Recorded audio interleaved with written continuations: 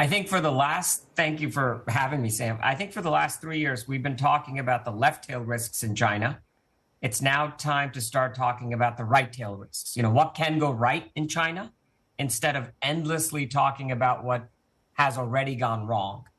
And I think you nailed it. Number one, expectations are low. Proof is 2 nights ago, the tariffs finally get launched on China, 10% across the board, and the stock market finished green. And obviously now we're up another 2%, despite the markets here in the US being weak at the negative surprise on tariffs. Number two, stimulus is out, and they are actively pushing all the various state-owned banks and pension funds to go out and buy stocks. And the third thing is what you just hit on. China hasn't had really anything positive on the innovation front to talk about for a long time. This is a country that created Alibaba, Tencent, all the EV companies, the BYDs and CATLs, and it's been kind of quiet. And I think what you saw just in the last 14 days is a preview of what the next 2 to 5 years in China are going to look like, which is a Cambrian explosion of models. It's not going to be 1 or 2 or 10 or 100 models. I think you're going to see hundreds and thousands of models come out of China.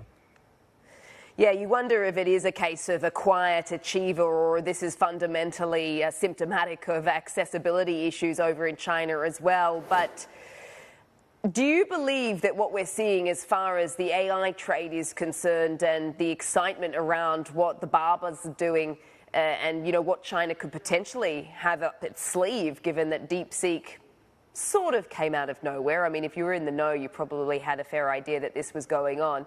Do you think all of this is enough to offset the deep structural challenges that China is facing? Because, as you say, it really hasn't had its sort of innovation moment in the sunshine for a while, but we have seen that it has done very well in the EV space in recent years.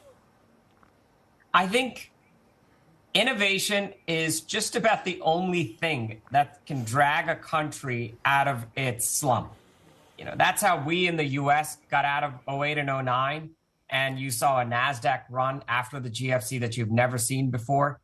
And this is what people want to see out of Europe, although I'm not sure how you'll see that. This is what China, I think, excels at. This is what Xi Jinping has said that it should be a priority. And I think the most interesting thing that came out of DeepSeek was in the last couple of days where some of the programmers replaced the NVIDIA chips with a Huawei Ascend chip, and they only lost 5% of their performance, but received about 80 or 90% of the output. So I think you are about to see an enormous amount of innovation come out of China on LLMs up and down the entire stack. And one of the companies we've owned for a long time, GDS, is a big beneficiary of this.